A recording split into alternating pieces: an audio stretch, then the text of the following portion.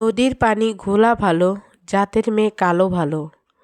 হে everyone, আসসালামু আলাইকুম। আমি বন্যা আহমেদ ব্লগ চ্যানেল থেকে সবাইকে স্বাগত জানাচ্ছি। দূরে কাছে যে যেখান থেকে আমার ভিডিওটা দেখছেন বা দেখছেন না, সবাই সুস্থ আছেন, ভালো আছেন। আলহামদুলিল্লাহ, আমরাও ভালো আছি। আজকের ব্লগটা আমি সকালে খাওয়ার পর থেকে শুরু করেছি। এই যে আমি একটু মোছামুছি করতেছি, আর এখন দুপুরে রান্না করার জন্য আমি সব কিছু প্রস্তুত করে নিয়েছি। এখানে আমি কাঁচকলার চপ তৈরি করব, মুরগি রান্না করব, আর পোলাও রান্না করব। এই তো মুরগিটার প্রথমে ব্রয়লার চিকেনটা আমি হলুদ লবণ মরিচ দিয়ে মাখিয়ে নিয়েছি, আর এখানে আমি মশলা বেটে নিচ্ছি। তাহলে আমি কথাতে চলে যাই।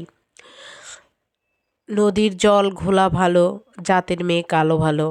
মুরব্বীরা কিন্তু কথাটা একদম ঠিক বলেছে। আজকে আপনাদেরকে আমি একটা গল্প শোনাবো, সত্যি গল্প। একটা ছেলে আর একটা মেয়ের।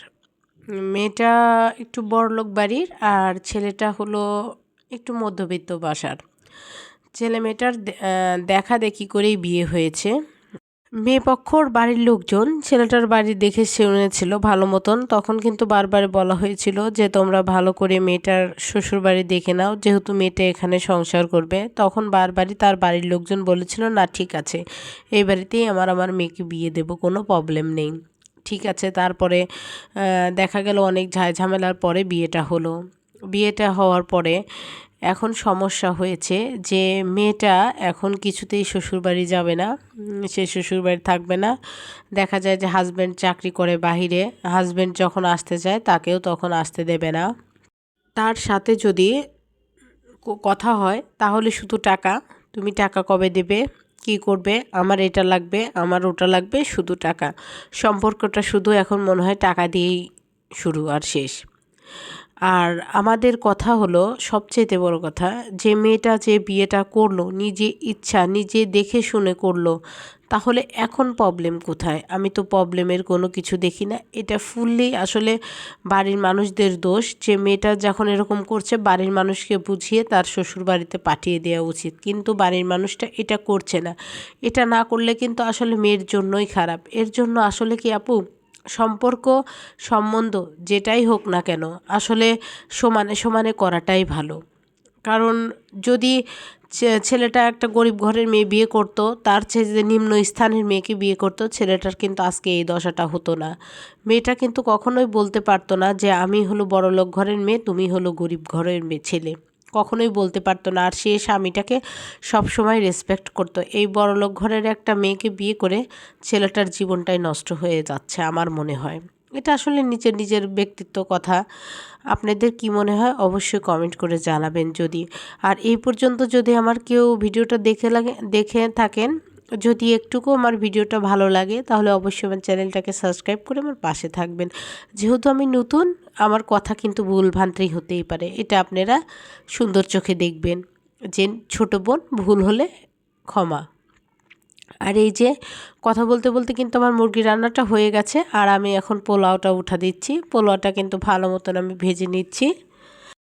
আপনাদের ভাইয়া এবং আমার ছেলে মেয়ে খুব সিম্পল পোলাও খেতেই ভালোবাসে, ওরা বেশি মশলা টশলা দিলে ওটা খেতে চায় না। এর জন্য আমি সিম্পল করে দিয়েছি। আর এই যে এখন কাঁচামরিচ দিয়ে দিয়ে ঢাকনা দিয়ে ঢেকে দেবো, পোলাও হওয়া পর্যন্ত অপেক্ষা করব। এদিকে আমার মাংসটাও কিন্তু হয়ে গেছে। এভাবে মাংস রান্না করবেন, মাংসটা খুবই মজা হয় ভেজে রান্না করলে। আসলে ব্রয়লার চিকেন অনেকে পছন্দ করে না, কিন্তু আমার বাচ্চারা আসলে অন্য মুরগিটা খেতে চায় না, এটা আনলে ওরা স্বাচ্ছন্দ্যভাবে খায়। এই যে আমার মুরগি রান্নাটা হয়ে গেছে।